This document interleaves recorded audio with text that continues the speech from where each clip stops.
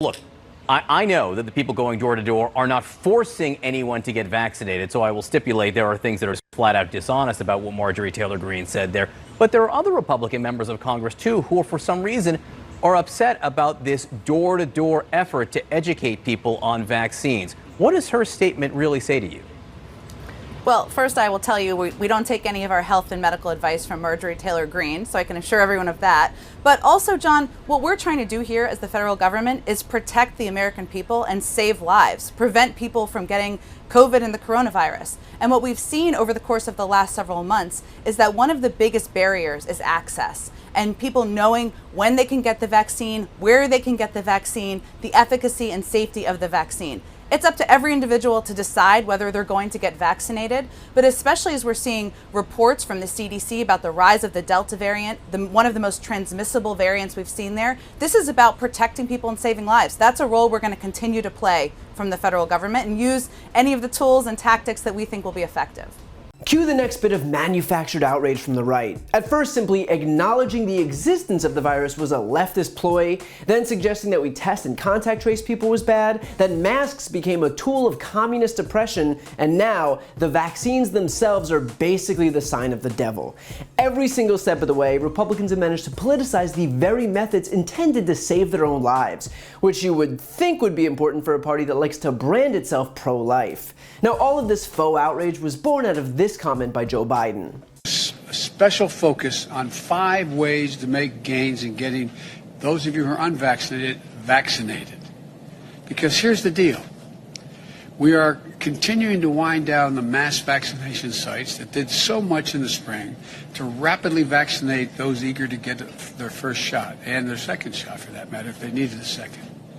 Now we need to go to community by community, neighborhood by neighborhood, and oftentimes door to door, literally knocking on doors, to get help to the remaining people protected from the virus. Which, if you were coming at this in good faith, is completely and wholly non-controversial. This is the president promoting common sense steps to encourage people in less vaccinated pockets of the country to get the shot. That's all. But of course, for professional provocateurs like Marjorie Taylor Greene, clearly this is some deep state plot against Americans. She tweeted, quote, "People have a choice. They don't need your medical brown shirts showing up at the door ordering vaccinations. You can't force people to be part of the human experiment." In other words, efforts to ensure the survival of the most people are somehow being likened to the Holocaust. Yes, the Holocaust, where they famously tried to keep as many people alive as possible.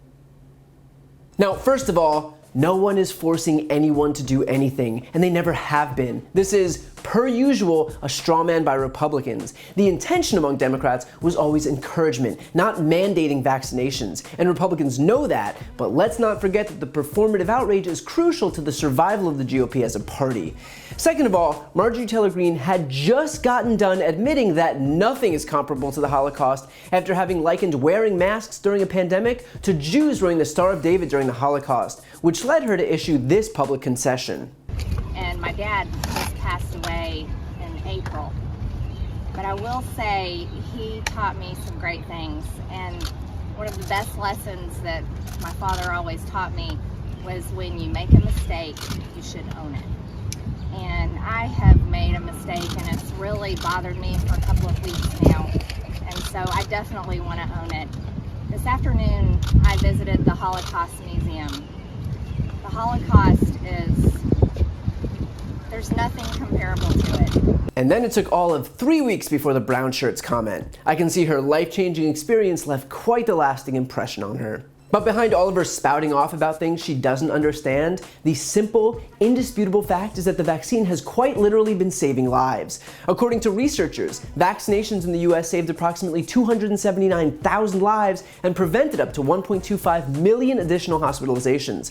And if those numbers aren't convincing enough, consider the fact that in May, only 0.1% of people who were hospitalized for COVID were fully vaccinated. That means that 99.9% of people who were hospitalized were those who didn't take the vaccine. I don't know how else to say that this vaccine is saving lives other than to simply point to the facts, because while Republicans like Marjorie Taylor Greene lie, numbers don't. And increasing the urgency for more vaccinations is the surging Delta variant, which has sent cases and hospitalizations surging to 6-month highs in certain areas with low vaccination rates.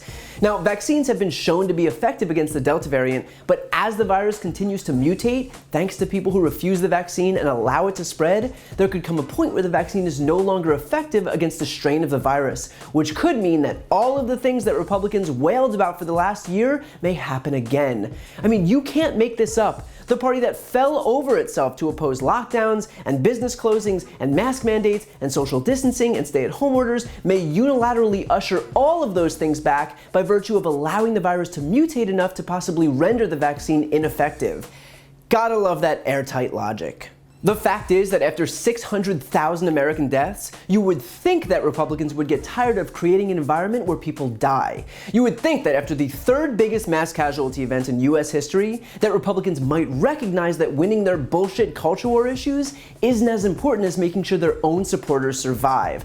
But apparently not, because while the White House has been doing everything in its power, from vaccine distribution to promoting pro-vaccination messaging from every corner of the country, Republicans are still wailing about how somehow a piece of cotton over their face makes them feel like Holocaust victims. Victimhood has become so ingrained into the Republican mentality that they can't even get out of their own way long enough to realize that they are prolonging the very phenomenon that they claim to hate so much.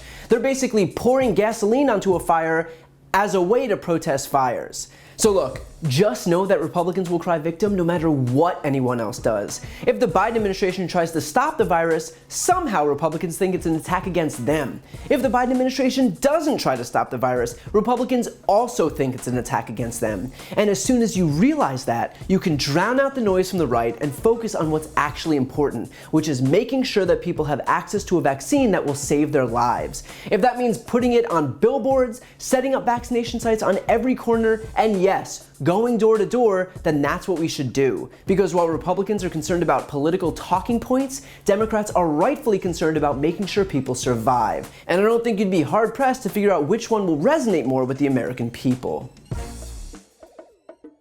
If you enjoyed that video and you're looking for a deeper dive, check out my podcast, No Lie with Marjorie Taylor Cohen. It's a no BS look at the top stories of the week, along with interviews with the top names in politics, like Vice President Kamala Harris, Jen Psaki, Elizabeth Warren, Nancy Pelosi, Chuck Schumer, Katie Porter, Pete Buttigieg, and more. Again, that's No Lie with Marjorie Taylor Cohen, available anywhere you listen to podcasts. Also, if you want to see more videos like this one, click the subscribe link right here on this screen to join the more than 1 million people who've already subscribed to my channel. And finally, to donate to my Don't Be a Mitch fund, where I'm raising money for a whole raft of different voter outreach and voter registration groups in the closest states ahead of midterms in 2022, including Georgia, Pennsylvania, Wisconsin, North Carolina, and Texas. You can find that link on this screen as well. Thanks for watching.